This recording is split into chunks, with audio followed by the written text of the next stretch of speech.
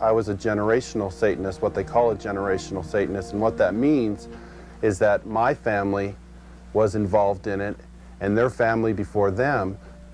Now, my earliest rememberings of Halloween and some of the things that were involved was, it was a very dark time for me as a child. There was another little girl that was involved in the occult. I was being blessed to be a high priest, where she was being blessed and born into the coven there to be a sacrifice. Now, we were in a ritual where we were married together. It was a marriage to the beast. There was a lot of sexual abuse that took place and a lot of blood that was spilt over us, joining us together. We spent the next couple of weeks in a kind of a shack where a lot of rituals went on, where a lot of animals were killed. They summoned Lucifer and his spirit to come and possess me, and so that I would be blessed to take over the position of the high priest at a certain point in time.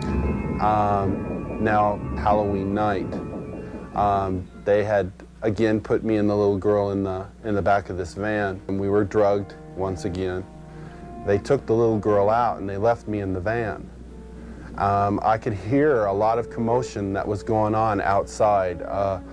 People that were screaming and yelling, and this low murmuring and moaning noise that was going on, like some kind of a low chanting noise that was going on. So I knew in my mind there was some type of a ritual going on, because I'd heard that many times before. And finally, a woman came to the back of the van and she said, "It's time to go."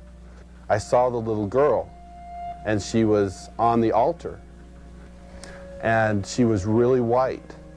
I remember seeing her, and she was just real pale and real white.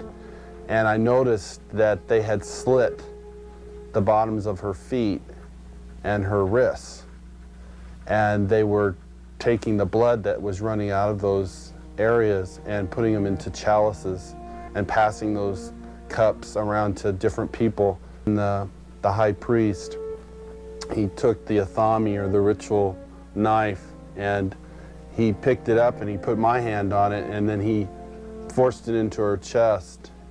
So when I think back on Halloween, you know, over that period of time that happened, you know, that was the climax event, Halloween night, where they killed that innocent little girl. And this is something that's happening every Halloween.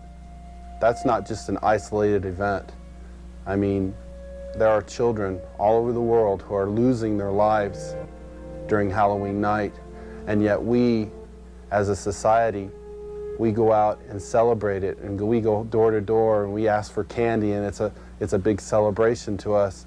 And I think it's quite ironic how one group of people are thinking it's fun and another group of people are taking human life, and yet they don't, you know, there seems to be this wall and nobody wants to face the facts of what's really going on. Halloween, the word means to hallow Soin, which is an ancient name for Satan. Any Christian that thinks that it's okay to participate in reverencing Satan is really deceived. And virtually everything that happens on Halloween, everything, comes from just macabre, twisted, perverted, evil stuff. I'll give you a few examples. The jack-o'-lantern, originally the Druids, to hallow the dread Lord of Death, they would put the skulls of people that they had executed out on their porch. People who didn't have a skull were supposed to get a pumpkin and carve the likeness of somebody who had died into the face of the pumpkin, because they didn't have the skull of an actual person that had been sacrificed. That's where jack-o'-lanterns come from. To avoid somebody from your home being chosen for the Burning Man, and a lot of people would be chosen because there were different covens that all would choose to give a sacrifice to Samhain. And so in fear, to avoid being chosen, they tried to cooperate by putting the skulls on their porch or the jack-o'-lanterns on their porch. That's what trick or treat came from. They would leave out gifts, which basically was saying, we will give you this if you'll just leave our family alone. Please don't choose one of us for the Burning Man. As a practicing witch, Halloween was one of the holidays, and still is to this day, you all, that witches look forward to, like Christians look forward to Resurrection Sunday and or Christmas.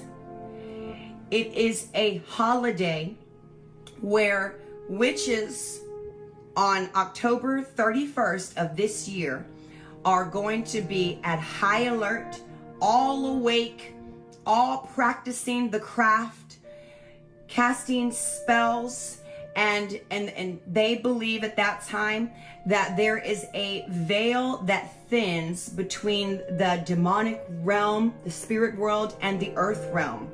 And so when we are, as Christians, participating in something like that, it doesn't matter your intentions.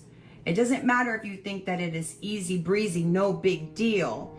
The fact of the matter remains that it is a holiday that celebrates and has always been about celebrating the dead and the demonic realm. You say, well, it's just about candy and dressing up. Let me take you to the origin.